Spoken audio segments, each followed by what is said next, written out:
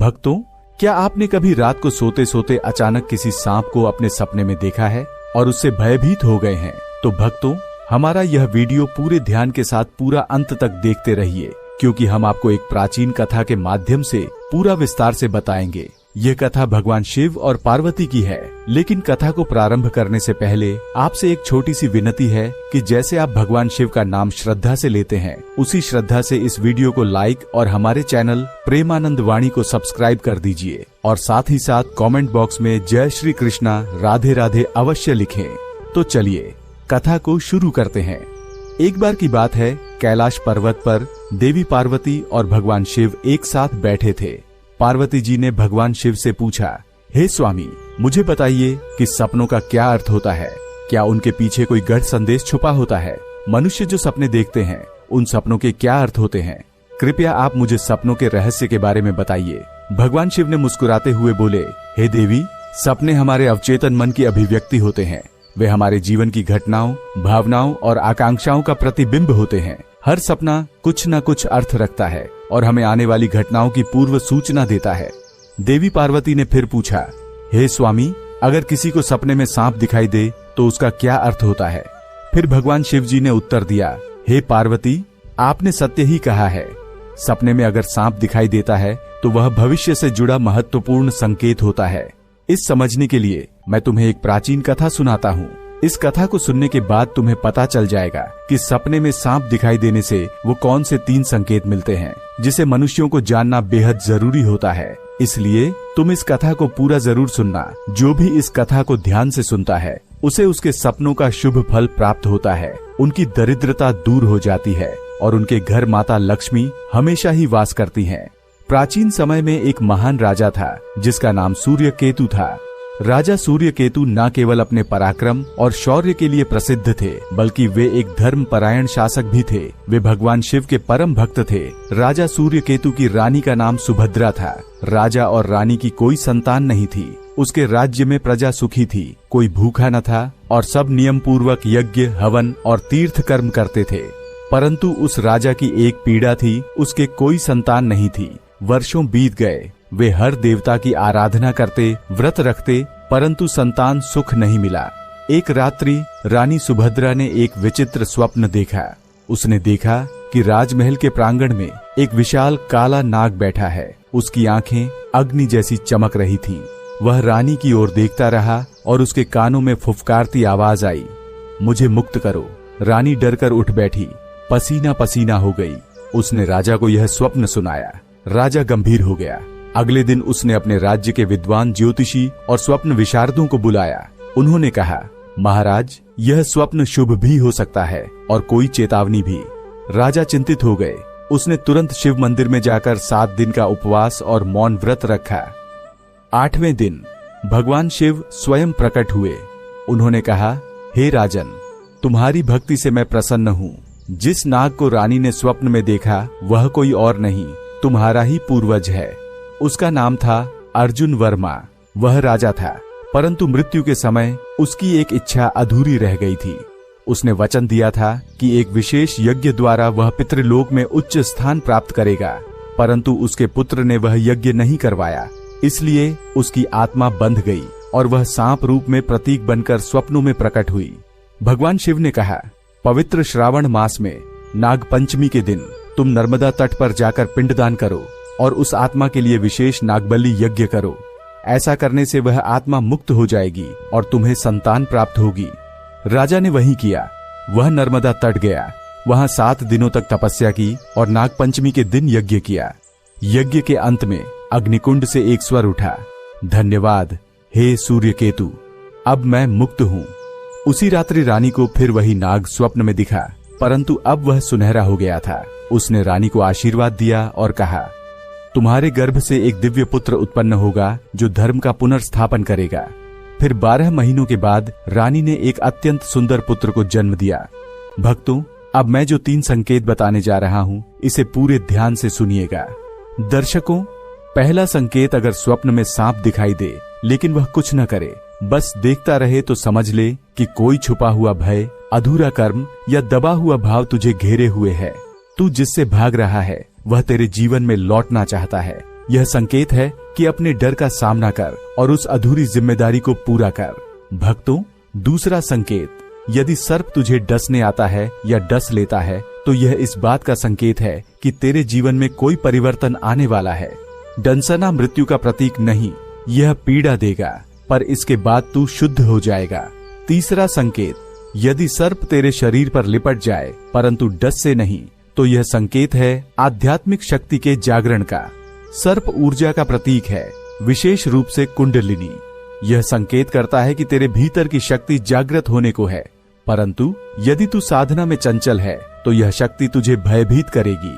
अगर तू स्थिर है तो वही सर्प तुझे अमृतत्व के रहस्य तक ले जाएगा। तो अब जब आप ये जान चुके हैं कि सपनों में सांप दिखना कोई साधारण बात नहीं बल्कि एक दिव्य संकेत है, तो क्या अब भी आप उन सपनों को नजरअंदाज कर पाएंगे?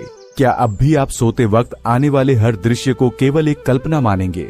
याद रखिए, ये सपने ब्रह्मांड की भाषा है, आत्मा से आत्मा तक पहुंचने वाला संदेश, जिसे समझना हर किसी के बस की बात नहीं।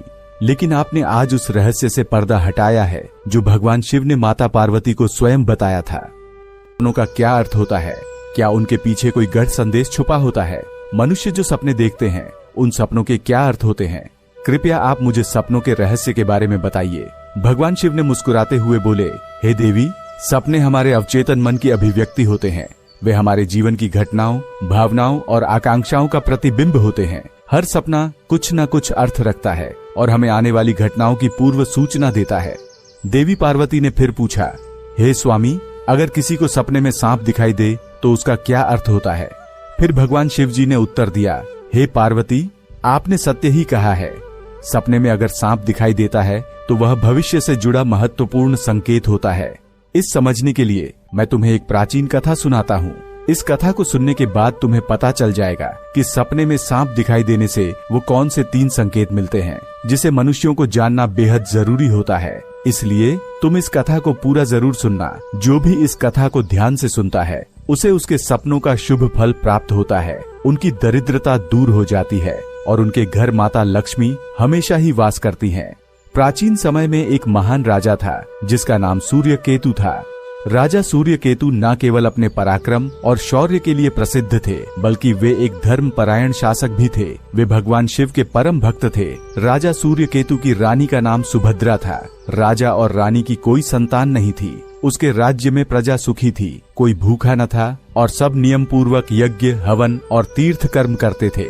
परंतु उस राजा की एक पीड़ा थी, उसके कोई संतान नहीं थी। वर्षों बीत गए, वे हर देवता की आराधना करते, व्रत रखते, परंतु संतान सुख नहीं मिला। एक रात्रि रानी सुभद्रा ने एक विचित्र स्वप्न देखा। उसने देखा कि राजमहल के प्रांगण में एक विशाल काला नाग बैठा है। उसकी आंखें अग्नि जैसी चमक रही थीं। वह रानी की ओर देखता रहा और उसके कानों में फुफकारती आवाज आई, मुझे मुक्त करो। रानी डरकर उठ बैठी, पसीना पसीना हो गई। उसने राजा को यह स्वप्न सुनाया। राजा गंभीर हो गया। अगले दिन उसने अपने राज्य के विद्वान ज्योतिषी और स्वप्न विशारदों को बुलाया। उन्होंने कहा, महाराज, यह स्वप्न शुभ भी हो सकता है और कोई चेतावनी भी। राजा चिंतित हो गए। उसने तुरंत शिव मंदिर में जाकर 7 दिन का उपवास और मौन व्रत रखा। 8वें दिन भगवान शिव स्वयं प्रकट हुए। उन्होंने कहा, हे राजन, तुम्हारी भक्ति से मैं प्रसन्न हूँ। जिस नाग को रानी ने स्वप्न में देखा वह कोई और नहीं, तुम्हारा ही पूर्वज है। उसका नाम था अर्जुन वर्मा। वह राजा था, परंतु मृत्यु के समय उसकी एक इच्छा अधूरी रह गई थी। उसने वचन दिया था कि एक विशेष यज्ञ द्वारा वह पितृलोक में उच्च स्थान प्राप्त करेगा, परंतु उसके पुत्र ने वह यज्ञ नहीं करवाया। इसलिए उसकी आत्मा बंध गई और वह सांप रूप में प्रतीक बनकर स्वप्नों में प्रकट हुई। भगवान शिव ने कहा, पवित्र श्रावण मास में नाग पंचमी के दिन तुम नर्मदा तट पर जाकर पिंडदान करो और उस आत्मा के लिए विशेष नागबलि यज्ञ करो। ऐसा करने से वह आत्मा मुक्त हो जाएगी और तुम्हें संतान प्राप्त होगी। राजा ने वही किया। वह नर्मदा तट गया, वहां 7 दिनों तक तपस्या की और नागपंचमी के दिन यज्ञ किया। यज्ञ के अंत में अग्निकुंड से एक स्वर उठा, धन्यवाद हे सूर्यकेतु, अब मैं मुक्त हूँ। उसी रात्रि रानी को फिर वही नाग स्वप्न में दिखा, परंतु अब वह सुनहरा हो गया था। उसने रानी को आशीर्वाद दिया और कहा, तुम्हारे गर्भ से एक दिव्य पुत्र उत्पन्न होगा जो धर्म का पुनर्स्थापन करेगा। फिर 12 महीनों के बाद रानी ने एक अत्यंत सुंदर पुत्र को जन्म दिया। भक्तों, अब मैं जो 3 संकेत बताने जा रहा हूँ, इसे पूरे ध्यान से सुनिएगा। दर्शकों, पहला संकेत, अगर स्वप्न में सांप दिखाई दे लेकिन वह कुछ न करे, बस देखता रहे, तो समझ ले कि कोई छुपा हुआ भय, अधूरा कर्म या दबा हुआ भाव तुझे घेरे हुए है। तू जिससे भाग रहा है वह तेरे जीवन में लौटना चाहता है। यह संकेत है कि अपने डर का सामना कर और उस अधूरी जिम्मेदारी को पूरा कर। भक्तों, दूसरा संकेत, यदि सर्प तुझे डसने आता है या डस लेता है तो यह इस बात का संकेत है कि तेरे जीवन में कोई परिवर्तन आने वाला है। डंसना मृत्यु का प्रतीक नहीं, यह पीड़ा देगा, पर इसके बाद तू शुद्ध हो जाएगा। तीसरा संकेत, यदि सर्प तेरे शरीर पर लिपट जाए परंतु डस से नहीं, तो यह संकेत है आध्यात्मिक शक्ति के जागरण का। सर्प ऊर्जा का प्रतीक है, विशेष रूप से कुंडलिनी।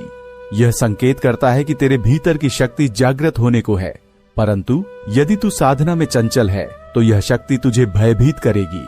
अगर तू स्थिर है तो वही सर्प तुझे अमृतत्व के रहस्य तक ले जाएगा।